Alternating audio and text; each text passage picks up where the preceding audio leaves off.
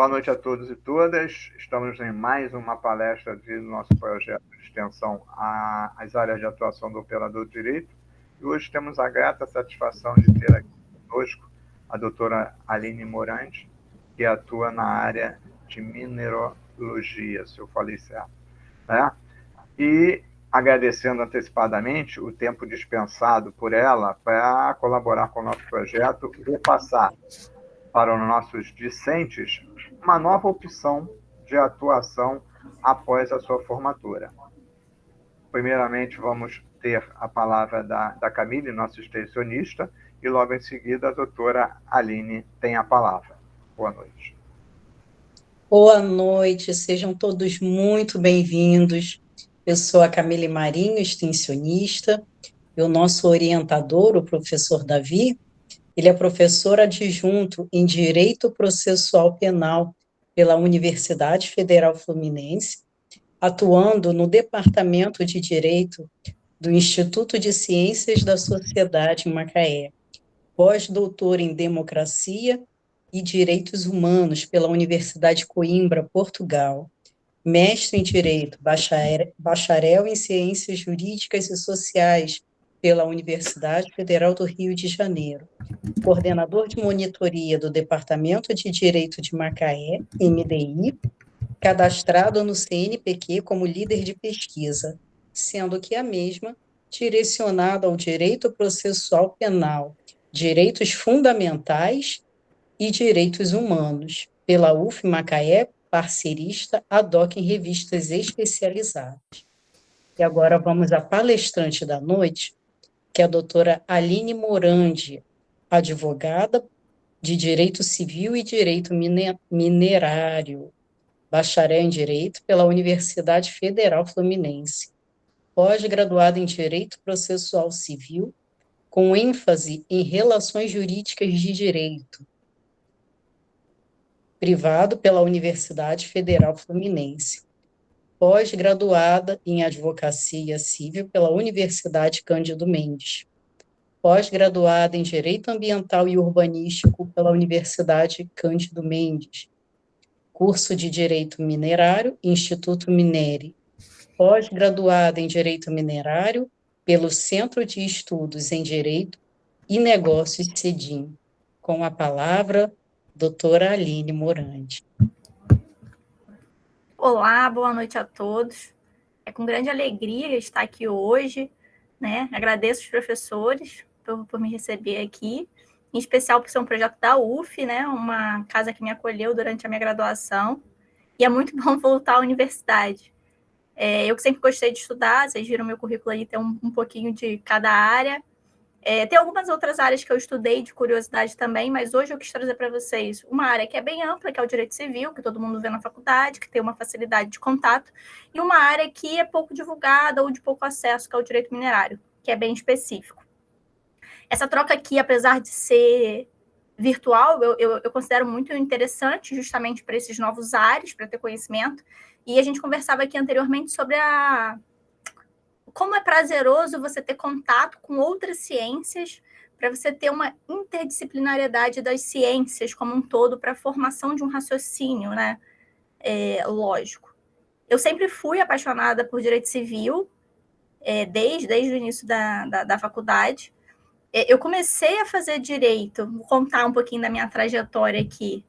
Eu sou do Espírito Santo, eu vim para a UF para fazer a graduação, e eu comecei a fazer direito porque na época que eu estava estudando no ensino médio, meu pai teve um problema ambiental numa propriedade rural que ele tinha, e eu achei muito injusto aquela situação, sempre fui muito contra, sempre fui muito combativa, e fui fazer direito. Vim parar na UF, estudei, e o direito civil sempre me acolheu muito, assim. Eu entendo que o direito civil é o livro da vida. Ele vai contar toda a sua história, de quando você nasce, os seus direitos, quando você casa, quando você tem filhos, quando você morre, quando você abre uma empresa. Ele vai contar o direito da sua vida. E dentro da sociedade, a gente precisa de uns regramentos para poder viver em paz social com os outros. de modo que esses regramentos, eles delimitam os seus direitos e os seus deveres. Foi inclusive o direito civil que eu fiz na segunda fase da OAB, e o direito minerário aconteceu na minha vida. A minha família tem uma empresa de direito minerário e eu comecei a revisar os contratos e eu percebi que só o direito civil não bastava na minha vida. Eu precisava de umas peculiaridades que só o direito minerário tem. E aí, em toda a minha jornada acadêmica, desde o terceiro período, eu estagio. Eu comecei estagiando num órgão público, a Agência Nacional de Saúde Suplementar, que é voltado para essa atuação de plano de saúde, regulamentação de plano de saúde, mas eu percebi que ali não era o que eu não queria regular essa situação de administrados de plano de saúde. Eu queria muito mais fazer um transcender através dos clientes, transcender através das pessoas esse direito. E aí, depois disso, eu migrei para um escritório de advocacia e me apaixonei por aquela rotina de advogado, por aquela situação de processo, vamos conquistar uma liminar aqui para garantir um direito de um cliente nosso. Eu percebi que aquela experiência, aquela vivência, aquela vestimenta de advogado combativo era o que me dava prazer como advogado. Eu confesso que por um tempo, assim, na faculdade, eu até pensei em concurso público, mas durante a graduação eu ainda fui aprovada num concurso da Procuradoria do Estado do Rio de Janeiro e na ocasião eu optei realmente por ficar no escritório. E aí, nesse escritório, eu tive uma vivência muito grande, muito vasta de várias áreas do direito. Eu trabalhei com partes de direito administrativo, que era voltado para desapropriações, e com o tempo eu fui migrando para uma área do direito civil, mesmo de contratos, e regulando partes de família, direito de família. E aí, ao longo da vida, você vai tendo diversos casos que vão te proporcionando situações diferentes. E aí, embora você tenha conhecimento jurídico como um todo, que você pode participar de várias questões, tem peculiaridades de áreas que são importantes você ter delimitada e ser especialista mesmo para você dar a melhor solução jurídica para o seu cliente. O direito, por exemplo, da família tem suas peculiaridades, o direito civil, na parte de contratos, tem suas peculiaridades, o direito minerário tem as suas peculiaridades. Todas as áreas têm umas certas peculiaridades que só a noção geral do direito não vai ser suficiente. Elas são importantes, sim, para formar o raciocínio lógico sobre aquela situação, mas é a parte específica da matéria que vai te levar à excelência no seu trabalho. Com o tempo, eu fui entendendo que eu precisava delimitar certas áreas de atuação para me tornar expert naquelas áreas. Hoje eu atuo com direito civil, voltado para a parte de direito de família e planos de saúde, direito da saúde. Inclusive, ainda há pouco a gente teve uma decisão super favorável de um plano de saúde aqui, de uma contratação que não foi conduzida de forma correta e não foi dado direito de informação para a pessoa que estava contratando. E isso é muito, muito gratificante para a gente, né, ter essa felicidade. E aí, com relação ao direito minerário, é uma outra parte que é totalmente oposta, mas ao mesmo tempo se interliga. O direito minerário, ele tem uma interdisciplinariedade gigantesca com outras áreas. Embora tenha suas especificidades de regulamentos, de noções com relação à Agência Nacional de Mineração, você precisa de ter uma atuação de conhecimento voltada para a parte trabalhista, para a parte ambiental, para a parte administrativa. Todas essas áreas elas vão se interligando de uma certa maneira que, por ela sozinha, não tem como se guiar. Óbvio que, nessa parte de direito minerário, você precisa de uma atuação conjunta com outros profissionais, em especial o engenheiro de minas e engenheiro ambiental, que vão conduzir a sua atuação na parte material. Mas a posição do advogado aqui no direito minerário vai ser muito mais para traçar estratégias de atuação. Porque peculiaridades da área, qualquer pessoa consegue, estudando, ter. Mas traçar uma estratégia para uma empresa de como fazer, de como operar, é bem diferente de simplesmente vamos fazer uma empresa funcionar. Uma delas, assim, que eu posso te dizer, assim, que eu posso explicar para vocês, é com relação aos procedimentos que correm dentro do DNPM, que hoje é a ANM, né, Agência Nacional de Mineração. Você tem prazos específicos, tem prazos que são, inclusive, um pouco diversos da administração pública como um todo. Eles têm prazos de 120 dias para renovação de licenças, prazos de 60 dias. E esses prazos, se eles não forem obedecidos, o administrado ali, ele perde o seu direito de ter a possibilidade de lavrar, né, de extrair aquele minério. O bem mineral, ele é da União, e a União concede ao administrado ali a possibilidade de extrair esse bem. Existe todo um processo de autorização para aquilo acontecer, tem as suas peculiaridades, tem os seus estudos técnicos que têm que ser feitos, e tem a periodização dos estudos técnicos para serem. E isso também importa na atuação de outros profissionais em conjunto com o advogado ou com o consultor mesmo minerário, para determinar qual é a melhor estratégia, porque às vezes uma área não é tão importante assim para aquela empresa, e ela pode viabilizar outras situações. Vou exemplificar isso. Em regra, como é que funciona? O processo minerário, a União concede uma parte em terreno para a pessoa buscar ali bens minerais. A pesquisa ela é definida por substância, ou seja, a empresa quer buscar ouro ou quer buscar pesquisar quartzito, granito, né, rochas ornamentais como um todo. A empresa só pode pesquisar aquelas duas substâncias. Contudo, embora ela encontre uma outra substância ali naquela área, ela pode informar isso ao DNPM, a Agência Nacional de Mineração, e vai ser concedida a ela a possibilidade de pesquisar aquela nova substância que ela informou.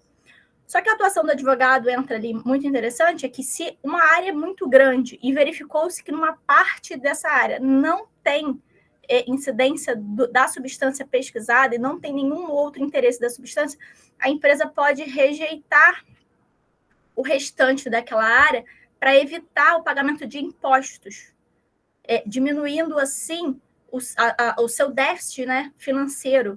E também por conta de, estando a empresa responsável pelaquela pesquisa naquela área, ela se torna também responsável também por informar a pesquisa predatória ou lavra predatória que existe naquela área, que não seja de importância para aquela empresa, mas que seja de competência dela informar os órgãos públicos que estão havendo uma outra situação ali que não é a regulamentada pelos órgãos, né?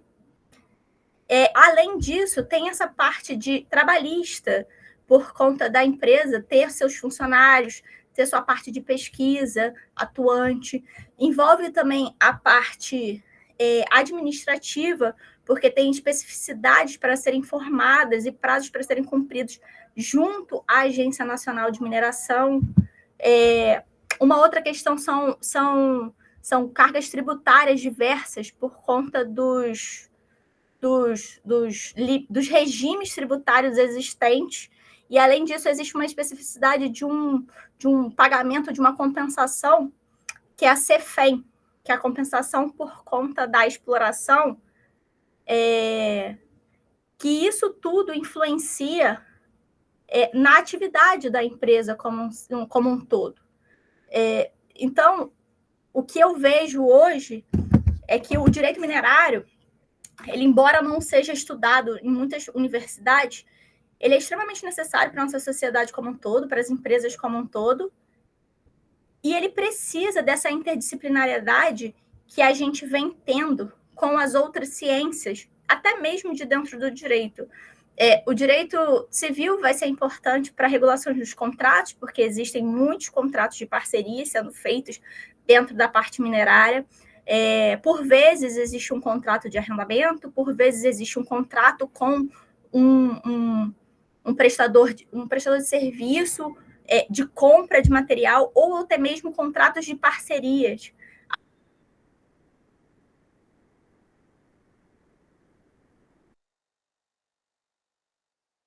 E elas se unem para melhorar a atividade como uma forma fomentadora.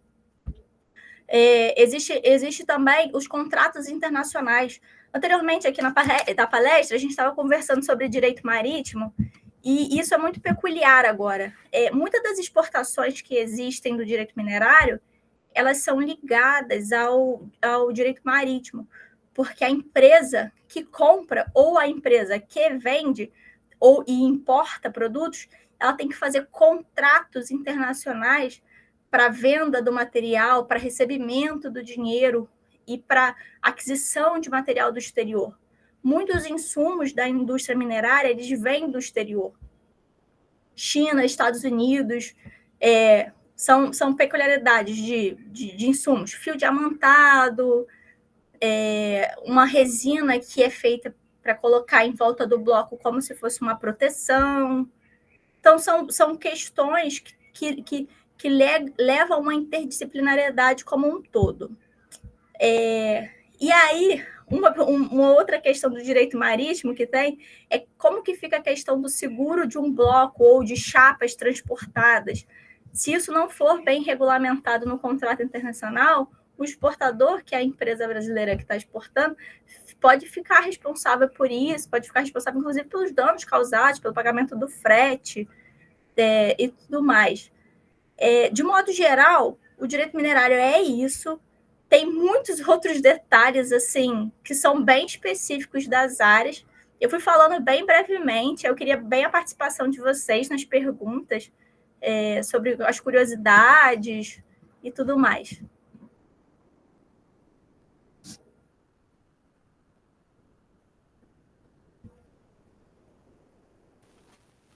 Colegas, indagações sobre o que foi dito pela doutora Aline.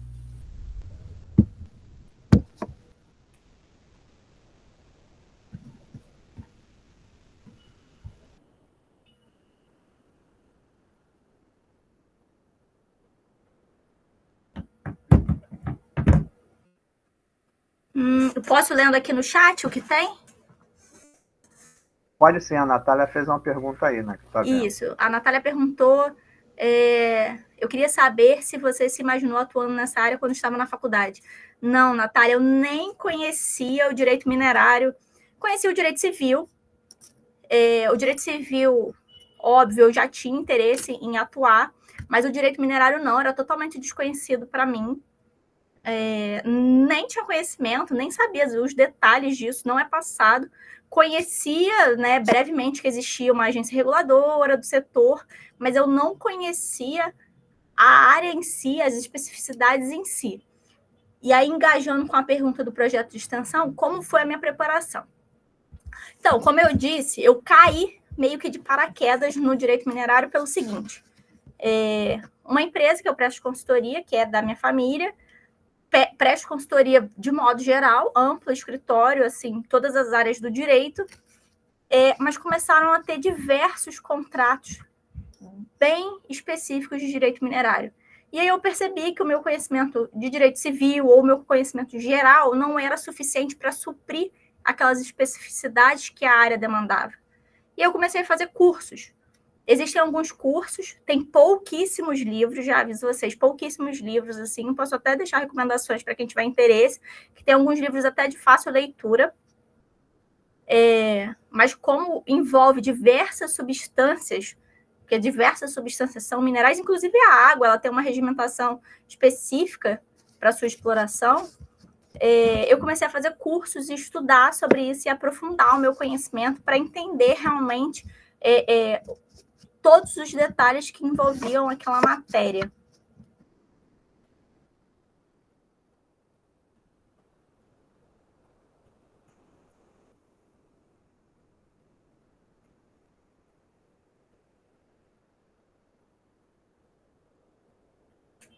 posso indicar livros, sim. Eu posso deixar uma listinha para depois vocês mandarem, ou vocês precisam que eu mande a listinha agora? Um autor que eu gosto muito de ler é o Pedro Ataíde. Ele, geralmente, todos os anos, ele lança um livro de atualização, mas são livros pequenos. Um outro autor é Bruno Feigelson, que ele é bem conceituado nessa área. E tem o William Freire, que é um outro advogado também bem conceituado em Minas, sobre o direito minerário. De livros assim que eu posso indicar, que eu tenha lido inteiro, que são extremamente produtivos, eu indicaria esses 3 assim, de leitura.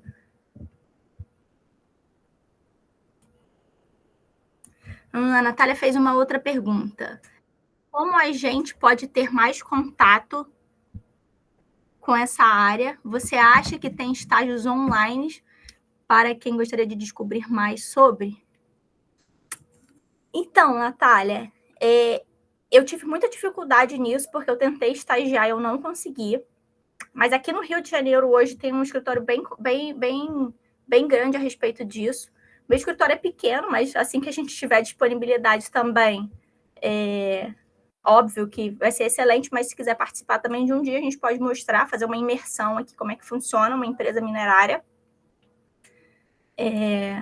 Estágio online, eu acho que melhorou depois da pandemia, porque na pandemia tudo passou a ser mais online. Para vocês terem ideia, antigamente, a Agência Mineral de Mineração, que nem se chamava assim, se chamava DNPM, existia uma fila. O que acontece?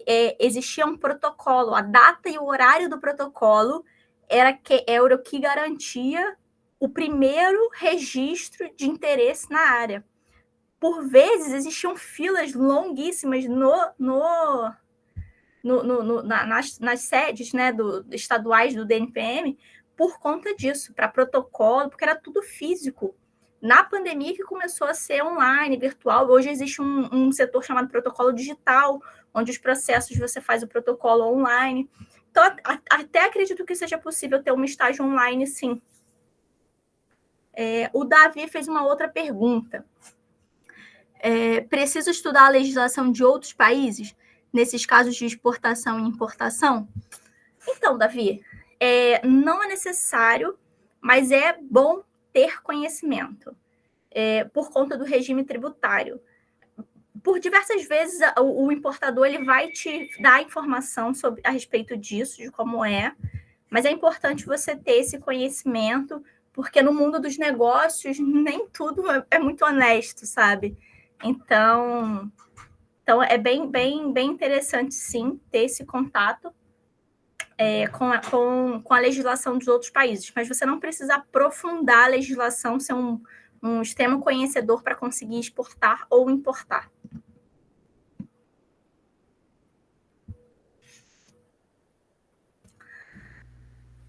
A Natália está perguntando porque ela é de Macaé e tem dificuldade de contato presencial. Natália, então, eu posso fazer um vídeo para vocês, apresentando um pouquinho da empresa, alguma coisa assim, pelo menos essas empresas que eu tenho aqui, sem protegendo o sigilo das empresas, claro, mas mostrando para vocês como é que é a rotina, mais ou menos como é que funciona. Tá bom? José Calegari. Nesse setor tem a figura do despachante? Tem sim, por vezes é necessário. Hoje nem tanto mais, mas o despachante já foi extremamente necessário no direito minerário, por conta justamente dessas filas, de protocolo e tudo mais. Mas hoje eu entendo muito mais que a figura do engenheiro de minas é importante. A Agência Nacional de Mineração tem aberto muitas portas para ouvir o público, para ouvir o minerador, seja ele por meio do advogado, seja ele por meio do próprio dono da empresa ou da pessoa física que tem a possibilidade de ter um registro. Mas eu ainda assim vejo a figura do engenheiro de minas muito importante. Por quê? Porque o engenheiro de minas vai entender as características, as especificidades do local, da própria região, da própria regional que está se extraindo aquele minério ali.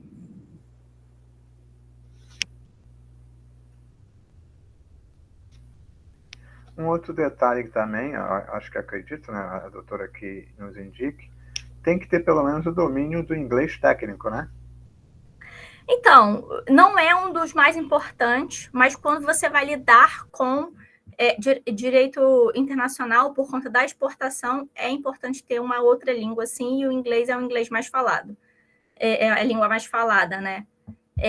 Mas vou te dar uma peculiaridade aqui. Quando a gente pensa em mineração, a gente pensa em empresa grande. A gente pensa em Vale, a gente pensa em grandes mineradoras do mundo.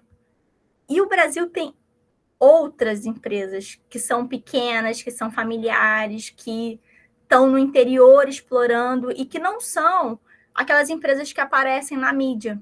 Por exemplo, muitos dos blocos de granitos, eles são extraídos por empresas pequenas que revendem esses blocos para uma outra empresa maior que vai beneficiar e ela então vai colocar esse produto no mercado e uma outra maior ainda é o que vai comprar e mostrar para o mundo.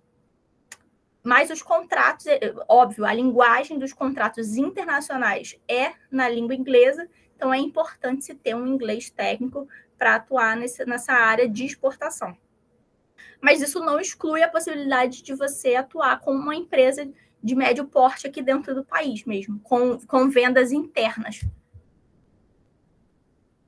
Uma outra parte aqui que é interessante conectar é que para você fazer a exportação, você também precisa de um despachante aduaneiro.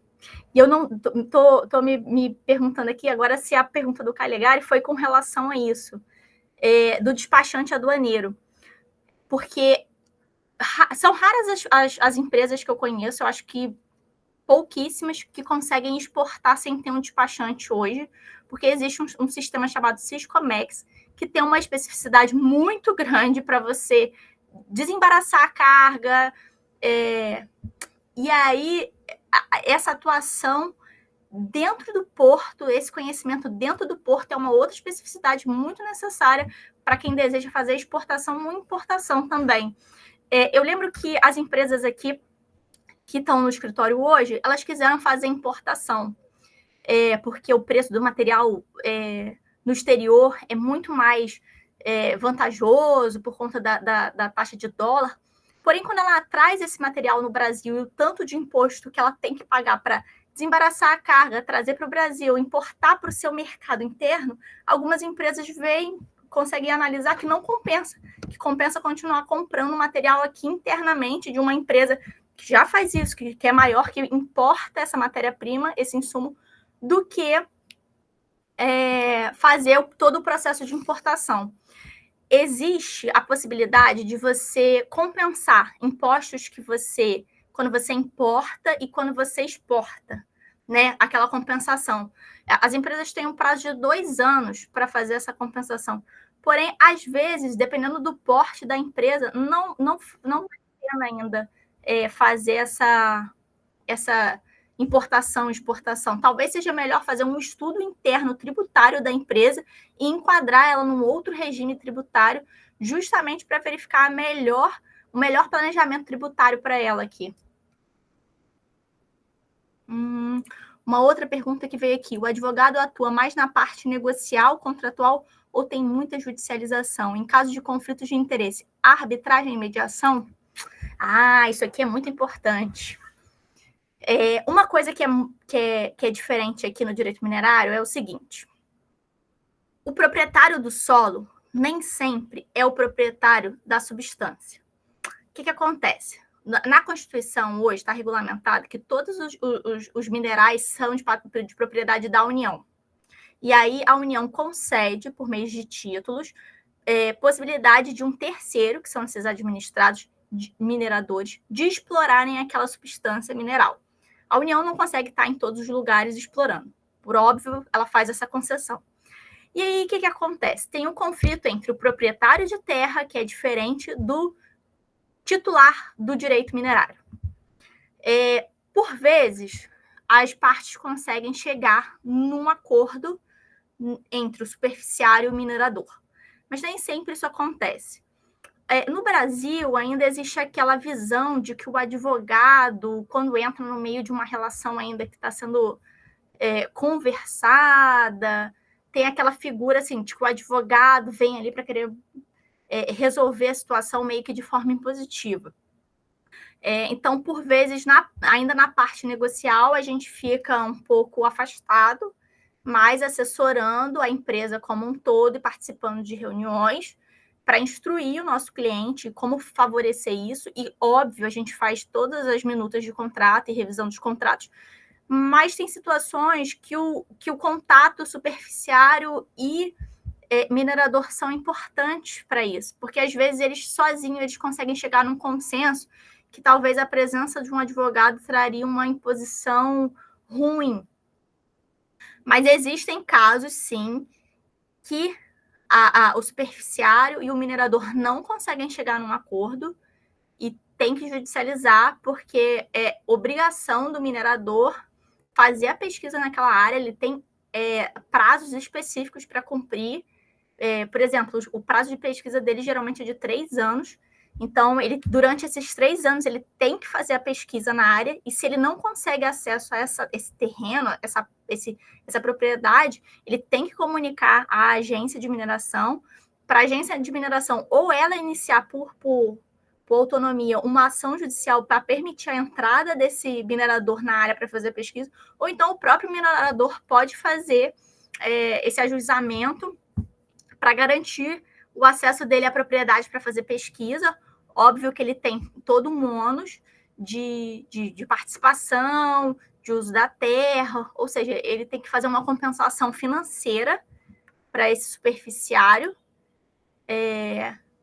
E por vezes essa situação também chega a níveis de judicialização por conta da participação nos lucros. Quando um minerador não é o titular da terra, quando não é o proprietário, quando não tem a terra em si, ele só tem o título do minério, ele tem que fazer um pagamento mensal, como se fosse um aluguel, aqui vamos falar grosseiramente assim, ao dono da terra, por usar aquela área, e também uma compensação como se fosse uns royalties, uns valores que ele paga por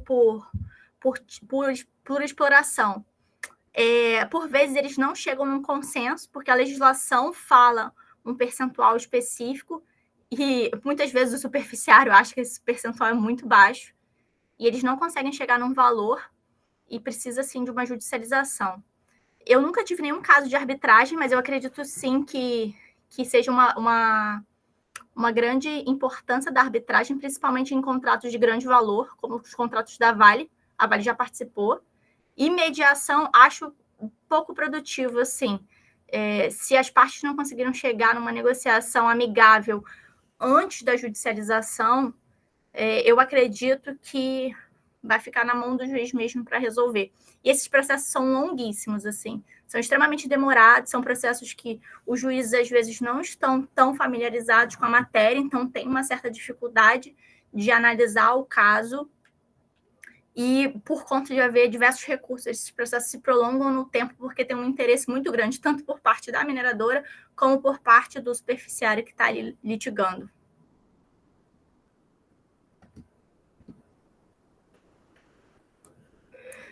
Outra pergunta: existe assessoria para o proprietário do solo ser ressarcido de dano ambiental? Ocorrem essas demandas e pedidos de assistência de advogado? Sim. O que acontece muito no direito minerário? Existe a possibilidade de pactuar em contrato, por isso que a atuação do advogado no primeiro contrato que é feito com o superficiário da terra é muito importante. A logística do direito minerário é o seguinte: você tem que extrair, porque o bem minerário é importante para o desenvolvimento da sociedade como um todo. Ele pode trazer uma inovação tecnológica que não existe hoje com aquele minério, ou então ele pode conduzir a evolução tecnológica já existente com esses minérios que já são extraídos hoje. Imagina, por exemplo, sei lá, o níquel, os minérios acabarem, não teria matéria-prima para a produção de algum outro equipamento. E aí, aquela área de extração ela tem uma vida útil, e, por óbvio, quando vai se extraindo, existe uma degradação ambiental, e ao final já existe uma previsibilidade da empresa fazer uma compensação ambiental. Existe o plano de fechamento de mina, ela tem que fechar aquela mina que ela abriu para explorar e, com isso, ela reduzir todos os impactos ambientais que ela causou ao longo do processo extrativo. Algumas vezes as empresas cumprem a legislação e cumprem o plano de mina que elas mesmas estabeleceram durante o processo minerário e fazem o fechamento da mina de forma correta, recuperando a parte ambiental. Mas em algumas outras vezes a empresa não cumpre essa situação, e aí tem uma atuação muito forte do Ministério Público com relação a isso, por serem danos coletivos, e até mesmo por parte do superficiário, porque ele não quer ficar responsável por aquela situação, e ele litiga com o minerador para que seja feita as reparações ambientais dos casos. E aí fica muito importante a atuação do advogado aqui para delimitar a responsabilidade do proprietário da terra, assim como a responsabilidade do minerador em si. Porque os custos de reparação de um dano ambiental são muito altos. Dependendo da área, da região que você está, a terra ela não suporta um plantio específico. Por exemplo, no plano de fechamento de mina, se você previu que você ia plantar a espécie X da árvore, mas aquela árvore não é nativa da região e ela não cresce, nossa, é uma dureza para ele fazer o fechamento de mina. E aí que é importante a interdisciplinariedade, porque o engenheiro ambiental recomendaria a ele as melhores espécies para serem utilizadas naquele plano de fechamento de mina.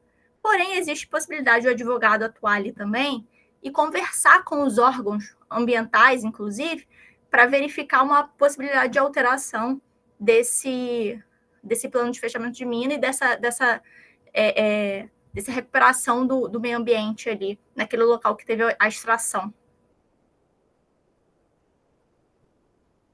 Vocês perceberam que tem muita coisa de várias outras áreas, né? Muitas coisas de outras ciências, assim. Por isso que é extremamente complexo falar só do direito minerário como o processo minerário em si. Óbvio que a atuação do advogado aqui, ela vai estar em delimitar a atuação da empresa para ela não infringir regras ou para conter danos no caso de infração de regras. Mas mais importante que isso, o advogado precisa estar em diálogo com as outras ciências, engenheiro de minas, geólogo, engenheiro ambiental, para justamente saber o impacto daquela relação que está se formando ali. Os contratos são importantes na relação civil e o advogado tem muito mais facilidade de lidar com isso. Mas, ao mesmo tempo, a empresa produz um documento, por exemplo, como esse eu falei, de plano de fechamento de mina, que ela se compromete com o poder público a fazer uma recuperação de uma área.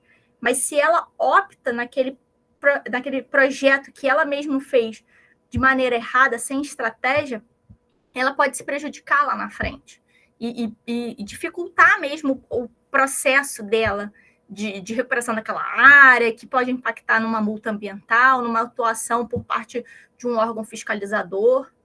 Então, essa interdisciplinariedade é muito importante aqui. Então, aduzindo a isso que você falou, então é crucial que o profissional, no caso, o operador de direito, quando for prestar uma assessoria, ele tenha por trás dele um suporte do pessoal da área ambiental, do pessoal da área geológica, mineralógica, né, da mineralogia, para fazer uma previsão daquele tipo de solo e do desgaste que vai ser operacionalizado com a exploração da mina. E fala. Não, pode concluir. Não, então ele tem que fazer esse tipo de previsão para saber, a vida útil daquela exploração é X anos. E depois desse tempo, qual vai ser a readequação do ambiente ali, tentar colocar no status quo, se possível. Então ele tem que fazer um planejamento e colocar isso tudo no contrato, né, para que o superficiário ele não sofra com os encargos que não forem assinalados no contrato e que, porventura, a União vai cair em cima dele. Ou estou errado? Não só o superficiário, assim como a empresa mineradora que está ali na área, sim. O que acontece? Em regra, tá? uma empresa mineradora séria sempre tem um engenheiro de minas vinculado como seu responsável técnico, sempre tem uma consultoria geológica e uma consultoria ambiental também no seu ramo de assessoria, e o advogado, que é fundamental para isso, para construir essa relação. O engenheiro de minas vai operacionalizar toda a parte da exploração, vida útil da mina, solicitando até mesmo estudos por parte da empresa para a verificação, porque existem estudos técnicos que podem ser feitos, por exemplo, a cubagem, e a sondagem, que é a verificação do tamanho do aporte, por exemplo, de uma mina de rochas ornamentais. O engenheiro florestal, ambiental, ele, antes de iniciar essa parte de extração, ele vai localizar ali as espécies de plantas, né, as espécies nativas que estão ali para um futuro reflorestamento, indicando justamente no seu plano de recuperação ambiental aquelas espécies que já são nativas ou que se adaptam melhor àquele clima e àquele solo. E a parte do gestor mesmo, como um todo, e do advogado, é justamente para gerir a relação civil da empresa com o exterior e com o ente público. Então, precisa realmente de uma gama de profissionais se falando ali. Não tem como um advogado, a não ser que ele tenha sido um engenheiro florestal antes, ou um engenheiro de minas, ou que ele tenha estudado isso também, mas muito aprofundadamente, ter conhecimento dessas áreas tão específicas. Então, a empresa de mineração, ela precisa de uma assessoria ambiental e geológica, juntamente com a assessoria jurídica, para melhor proveito assim, do funcionamento como um todo. Eu fiz essa pergunta porque eu lembrei, agora esqueci o nome da empresa lá no Nordeste, que ela, nas escavações dela, nos túneis dela, ela debilitou uma área enorme, né? Sim. Então nem vale a pena falar o nome da empresa, né? Não, vou ficar aqui. Mas a gente vê o estrago que eles fizeram, o estrago ambiental, e não houve o quê? Uma ação do Estado que fosse eficaz para delimitar e responsabilizar e punir aquele dano àquela população e o próprio meio ambiente. Talvez não teve uma fiscalização tão rotineira, né? Essas empresas, principalmente que atuam de forma irregular, vou dizer assim, quando elas irregular com relação ao meio ambiente, assim, elas precisariam de uma fiscalização de um ente público mais rigorosa para se fazer cumprir aquilo que elas mesmas escreveram no papel. Muitas vezes elas mesmas delimitam, por meio do relatório de extração delas, como que ela vai gerir aquela atividade, como que ela vai fazer. Mas, ao mesmo tempo, se não tiver um órgão fiscalizador atuante para verificar se aquilo que ela prometeu ela está cumprindo, fica muito difícil, né? E aí a gente encontra as situações que a gente vê hoje em dia, que são desastres, né? Verdadeiros desastres. Essa questão do Nordeste aí foi difícil, né? Não vou falar que eles se valem da ineficiência do Estado. Se a gente tirar um paralelo com aquela lá em Mariana, aquele negócio, aí, quantos fiscais tem um órgão próprio? Tem meia dúzia. Meia dúzia para atender o Brasil todo? Sim. É igual o IBAMA. Quem atua no IBAMA? Quantos fiscais tem? Meia dúzia. Para quê? Atuar no Brasil todo. Então, a ineficiência do Estado, por vezes, favorece aqueles profissionais que são inescrupulosos na sua atuação. O Estado não é eficiente na fiscalização. Quando acontece, o mal já está totalmente causado, e o prejuízo, pessoas, meio ambiente, e a gente vê no processo específico dessa Mariana e a outra cidade lá, que essa demanda vai se procrastinando, está no Supremo, e está em berço esplêndido lá, e não tem uma solução, né? Não tem uma solução de continuidade. Qual é a decisão? O futuro dirá. né? Sim. Às vezes eles se louvam tem pouca fiscalização. Então, até a empresa, né? A empresa já devastou o meio ambiente, agravou várias áreas residenciais, causou sinistros muitos, e fica por isso mesmo, felizmente. Mas uma empresa responsável, ela coloca no papel aquilo que ela consegue cumprir. Porque a partir do momento que ela apresenta um estudo num órgão ambiental, prometendo fazer alguma coisa ou indicando que a atividade dela vai ser gerenciada daquela maneira, ela se compromete com a atividade dela. E se num estudo seguinte, esses estudos eles são renovados ao longo do tempo, não é simplesmente um estudo e 20 anos de concessão para extração e nunca mais refazem os estudos. Pelo contrário, esses estudos eles são refeitos de tempo em tempo, justamente para ter a possibilidade de acompanhamento daquela atividade extrativa. Não só da atividade extrativa, assim como de toda a atividade da empresa. A galera do direito do trabalho vai saber conduzir isso com maior especificidade, mas hoje a regulamentação do direito do trabalho está muito impregnada na saúde do colaborador. E aí exige da empresa estudos para verificar o impacto que aquela atividade gera no colaborador. E esses estudos eles são refeitos a cada, acho que 1 ano, a cada 2 anos, esses estudos são refeitos. Justamente para verificar se aquela atividade continua daquele jeito ali, porque durante muitos anos começaram a se observar processos trabalhistas decorrentes de atividade de extração por conta dos danos causados aos colaboradores, que trabalhavam com péssimas condições de trabalho. E aí, esses estudos que essas empresas fazem, tanto minerário, tanto ambiental, como trabalhista, eles servem como uma forma fiscalizatória da própria atividade da empresa, porque ela diz como é a situação, o que ela faz para minimizar os riscos e como ela atua. Então, ela mesma, ela num estudo técnico, ela se compromete nas atividades dela. Óbvio que se ela tiver uma atividade irregular, ela pode causar um desastre não só ambiental, como também profissional, que a gente pode ver colaboradores doentes pelo uso ou o não uso de EPI correto. E tudo isso impacta a sociedade de modo geral, né? Aquele desastre de Mariana foi horroroso, né? Brumadinho também. E aí, talvez por conta disso, hoje a fiscalização das barragens foi muito intensificada para evitar esses desastres. E por mais que existam mecanismos, né, de defesa e de controle, existe sim a necessidade de ter um olhar apurado também do órgão fiscalizador. E a gente tem essa dificuldade hoje também de pessoal, né? Mas também existem órgãos fiscalizadores, principalmente no interior do Brasil, que são totalmente arbitrários.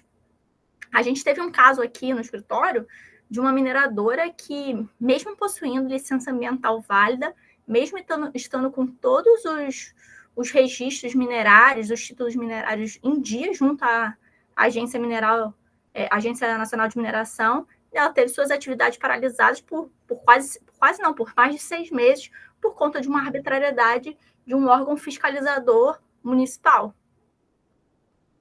E isso acontece assim no interior, é muito, muito problemático, sabe? São gestões diferentes, tem muita politicagem, mas a gente está aí para tentar reverter essa situação e o escritório atuou perante tanto o poder público quanto a Agência Nacional de Mineração para reverter essa situação e por conta das peculiaridades também de falta de conhecimento técnico, até mesmo por parte do judiciário, porque são matérias extremamente específicas e que, por vezes, elas são estudadas para quem é voltado para a justiça federal e não para a justiça estadual, tem uma dificuldade maior de decisão desses processos. E até a área da Justiça Federal são situações bem, bem específicas que, às vezes, fogem do foco do juiz. Sim. Tá? Às vezes, ele cai numa área que não é o foco dele, apesar de hoje em dia haver como é que se diz? Uma atualização constante do judiciário, tanto do pessoal analista, do próprio juiz, que eles são cobrados em relação à área de atuação para fazerem cursos, às vezes, como a doutora falou, foge da área e às vezes ele pode dar uma decisão por uma manifestação de uma das partes que possa induzir a uma visão míope do que está ocorrendo. Porque normalmente isso é uma obrigação de fazer, né? Se ele botou lá no papel que vai fazer aquilo, ele tem que cumprir aquilo. É igual fazendo paralelo, vou fazer uma operação plástica. Não, como é que eu vou ficar? Vou ficar aqui, assim. Quando tu sai de lá, né, eu visualizo nisso, né? Ele diz, vou fazer assim. Ele tem que fazer daquele jeito. Ele não pode falar depois, aconteceu isso, aconteceu aquilo. Ele já tem que ter previsto todos os pontos e todos os prós e os contras da atuação dele. Sim, sim. Mas engraçado que na Justiça Federal, os juízes, em regra, estudam o direito minerário. Na Justiça Estadual é que não é muito bem vista, assim, que geralmente é muito en passant, salvo engano, não tem essa matéria nas provas de juiz estadual. E acaba que algumas demandas desse setor vão para os juízes estaduais. E aí a falta de contato com a matéria leva a uma certa insegurança na atuação, né? A gente sabe, o juiz tem o poder na mão de dar uma decisão favorável ou contra, né? E aí ele também tem que ter a segurança jurídica para ele decidir uma questão. Por vezes ele tem que estudar aquela questão a fundo antes de decidir. Dar o contraditório para outra parte se manifestar, até mesmo para ele ter um contato ou às vezes fazer até mesmo uma perícia, né? Para ter certeza daquilo ali. Por conta da interdisciplinariedade e da falta de conhecimento que é comum.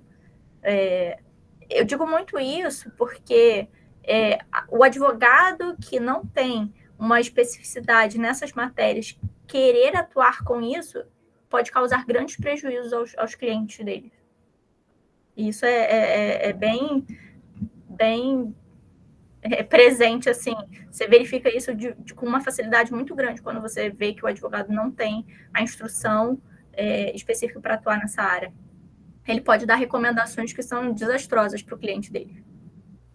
E até o que a gente estava conversando antes de começarmos, aquele exemplo da medicina legal. Se não souber perguntar, se não souber expor o que ele está querendo, ele não vai conseguir nada, né? E às vezes vai prejudicar a parte pela qual ele está atuando. É uma visualização, fazendo um paralelo com a área em comento aqui da sua palestra. Tem que conhecer para perguntar, para poder receber a resposta que ele quer. Para saber perguntar o que você deseja ouvir, né? O correto que você deseja ouvir. Eu percebo muito isso no dia a dia hoje do judiciário como um todo e da sociedade, né? Hoje, a coisa que a gente tem mais valiosa é o tempo. Você conseguir conquistar o tempo das pessoas. Hoje estamos aqui à noite já e temos um público bem grande, né? É satisfatório ver isso. E prender a atenção de todo mundo com um tema que é muito diferente é muito gratificante, sabe? Levar conhecimento para as pessoas.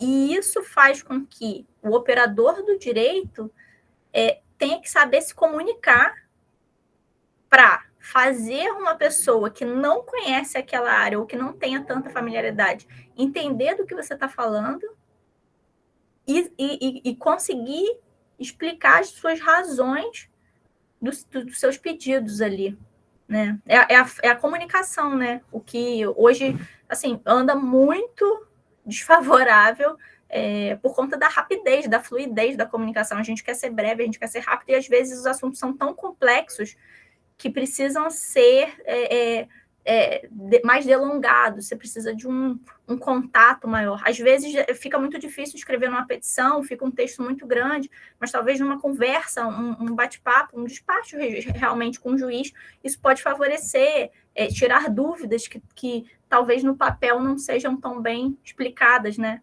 Ou de fácil comunicação por ali. Com certeza, né?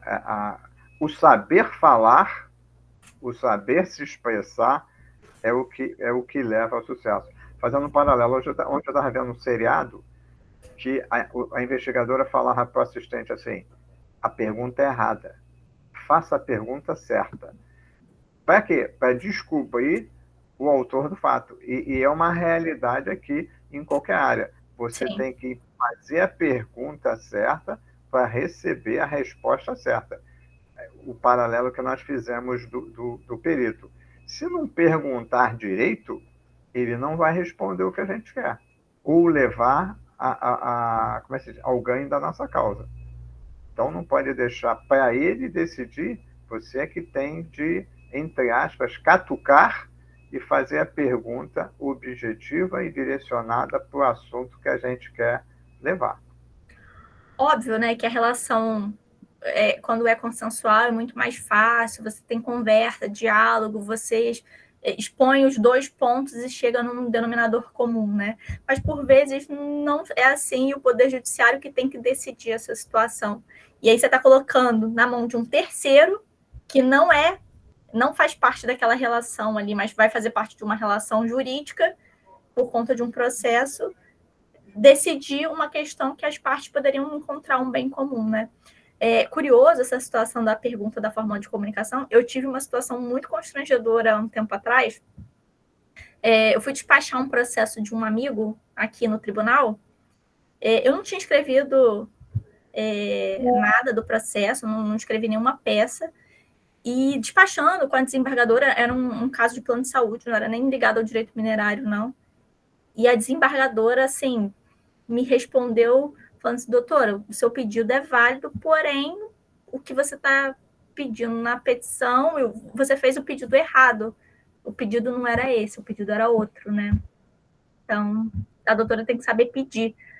E naquela hora eu fiquei assim, de fato, realmente, a gente tenta transcender o que está escrito para uma outra ótica, para fazer uma outra interpretação extensiva daquilo que está ali, de toda a relação, mas a forma de se expressá-la é extremamente válida para processos complexos, assim, que eles precisam de uma condução, estratégia de histórico, perguntas e respostas e entendimentos ali, para não se levar a uma conclusão errada, ou diversa daquela que o advogado gostaria de ter.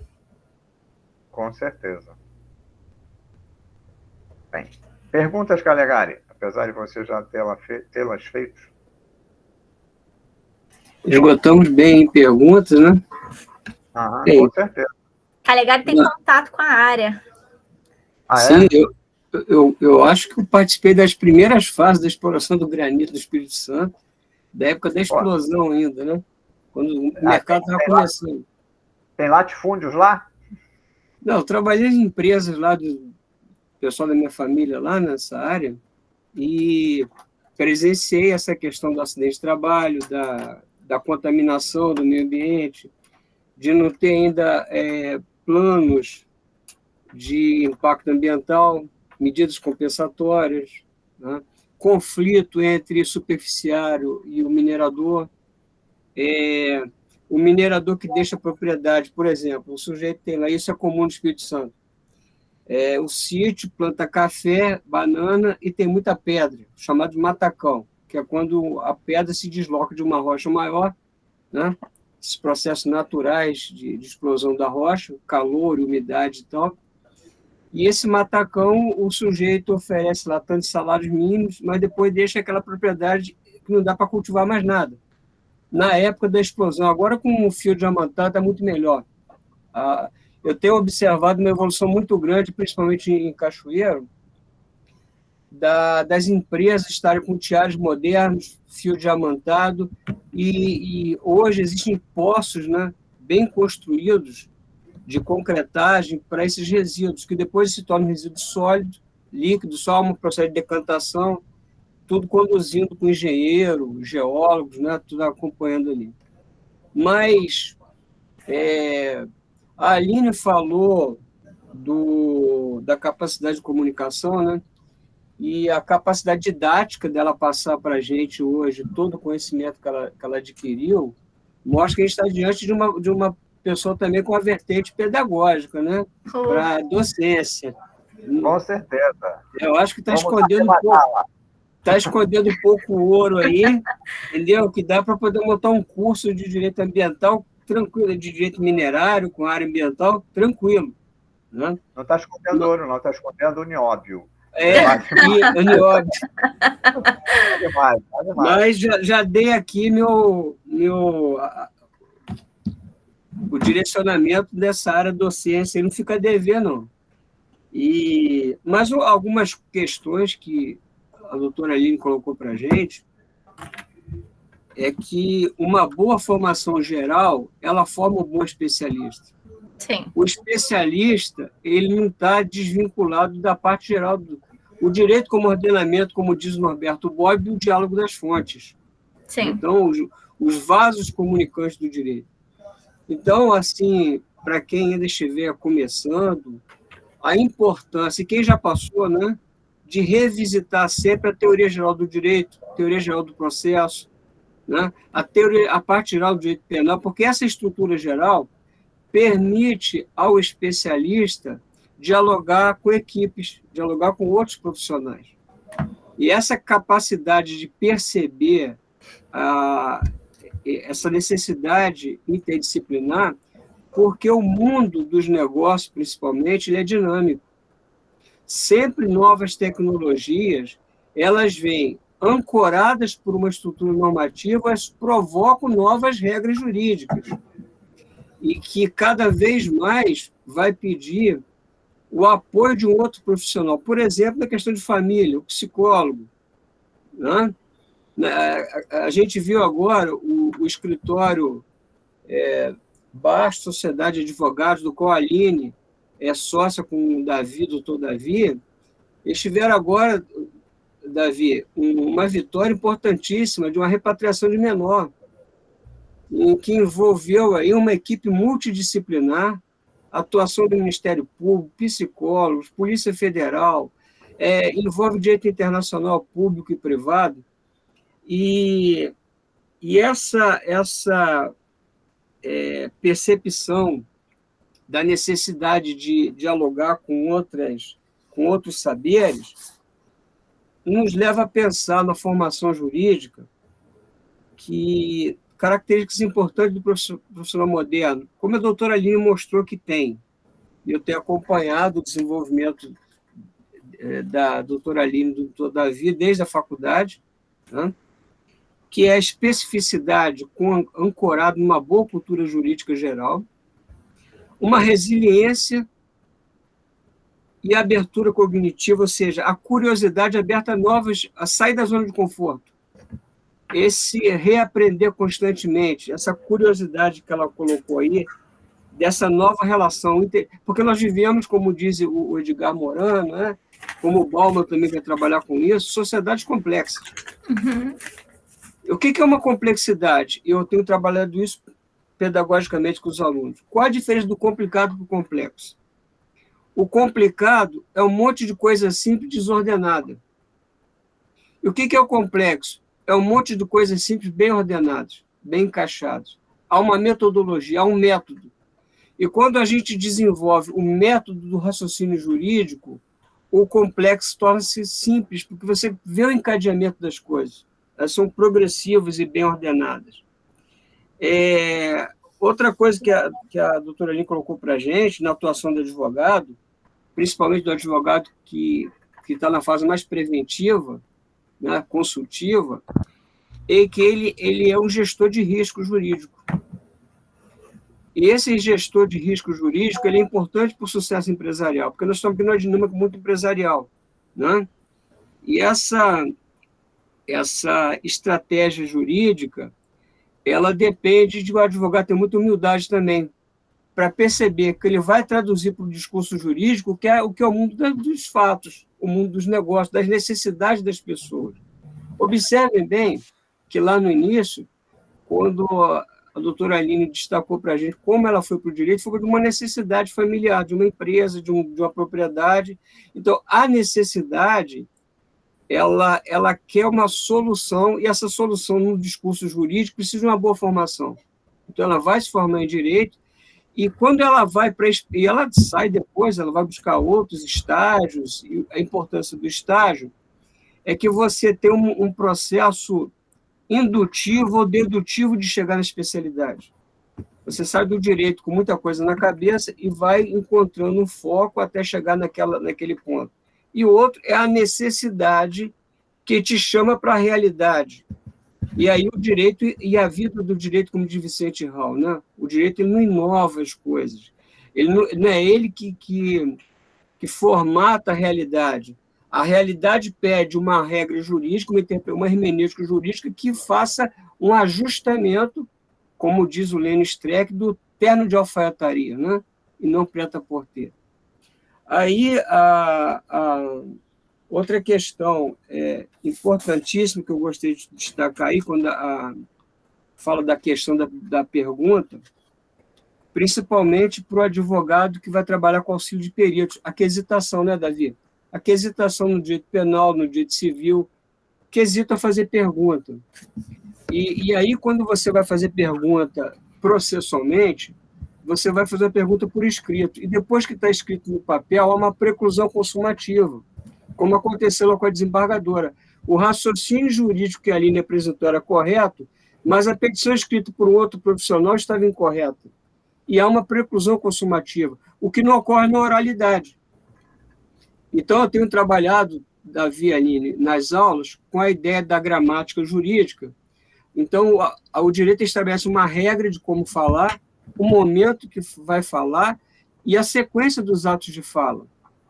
E uma parte semântica. Essa parte semântica, que é o significado que você quer extrair da norma, é a parte conceitual, é a parte de informações que você vai colocar no seu argumento para convencer alguém.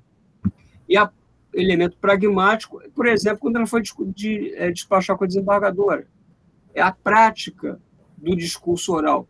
Mas uma vez estabelecido um discurso escrito, se ele não foi bem elaborado, as perguntas não foram bem pensadas, com essa preclusão consumativa você perde a ação. Aí, então, nós temos que pensar, para um bom advogado ou operador do direito, em qualquer área, quando se está redigindo a petição inicial, eu estou antecipando perguntas.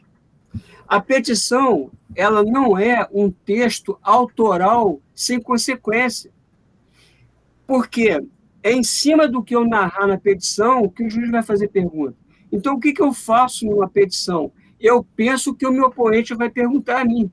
E eu antecipo as perguntas. Eu vou blindando a minha peça processual com futuras perguntas. Então, o texto presente é uma antecipação de uma situação processual futura e que vai gerar para mim consequência de êxito ou não na ação. Da mesma forma, quando a gente diz na lei, na impugnação especificada na contestação, ele quer dizer o que é isso? Impugnar é saber perguntar. Não é, quando você ataca por meio de perguntas. O que aquele sujeito processual deixou de dizer no processo, eu estou identificando aqui na minha contestação para não acontecer uma preclusão consumativa. Verdade? Então, eu lembro quando perguntaram ao Einstein, né, se ele tivesse 1 hora de vida para resolver um problema, como ele faria? Ele disse que gastaria 55 minutos pensando a pergunta correta e 5 minutos ele ia resolver o problema. E, às vezes, a gente é impregnado de teoria, e isso derruba muita gente em concurso, Davi, porque as pessoas vão para o concurso com muita teoria e não sabem responder a pergunta que é feita. Então, aquela pergunta foi pensada para extrair de você um determinado objetivo, um determinado conhecimento.